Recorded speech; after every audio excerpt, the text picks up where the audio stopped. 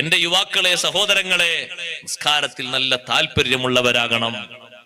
നിസ്കാരം ഒഴിവാക്കിയിട്ട് നമ്മൾ ഫാസിഖീങ്ങളാകരുത്, പടച്ച റബ്ബിന്റെ മുന്നിൽ കുറ്റക്കാരാകരുത്. ഏതെങ്കിലും ഒരു നിസ്കാരം ഒഴിഞ്ഞുപോയി എങ്കിൽ ആത്മാർത്ഥമായി തൗബ ചെയ്ത് മടങ്ങിയിട്ട് ആ നിസ്കാരം ഖളാ വീട്ടണം. ശറഅ് പഠിപ്പിച്ച കാരണത്തിന് വേണ്ടിയല്ലാതെ നഷ്ടപ്പെട്ടു പോയി. ശറഅ് പഠിപ്പിച്ച കാരണം പിന്തിക്കാൻ പ്രശ്നമില്ലാത്ത കാരണങ്ങൾ രണ്ടെണ്ണം മാത്രമാണ്. ജോലി അതിലില്ല, കല്യാണമില്ല, യാത്രയില്ല, സൽക്കാരമില്ല, രോഗമില്ല, ഇതൊന്നുമില്ല അതിലുള്ളത് ഒന്ന് ഉറക്കം, അനിയന്ത്രിതമായ ഉറക്കം വന്നുപോയി. എന്നും ഉറങ്ങിയിട്ട് രാവിലെ 7 മണിക്ക് എണീറ്റ് നിസ്കരിക്കുന്ന ആളെ പറ്റി അല്ല പറഞ്ഞു കേട്ടോ. അനിയന്ത്രിതമായി ഉറങ്ങിപ്പോയി.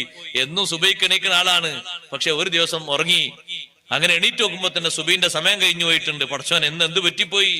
ഞാൻ എന്നും എണീക്കുന്ന ആളാണല്ലോ. കുടുംബക്കാരോട് ചോദിച്ചു, ഭാര്യയോടും മക്കളോടൊക്കെ എന്നെ വിളിച്ചില്ല? നിങ്ങളെ വിളിച്ചല്ലോ, നിങ്ങൾ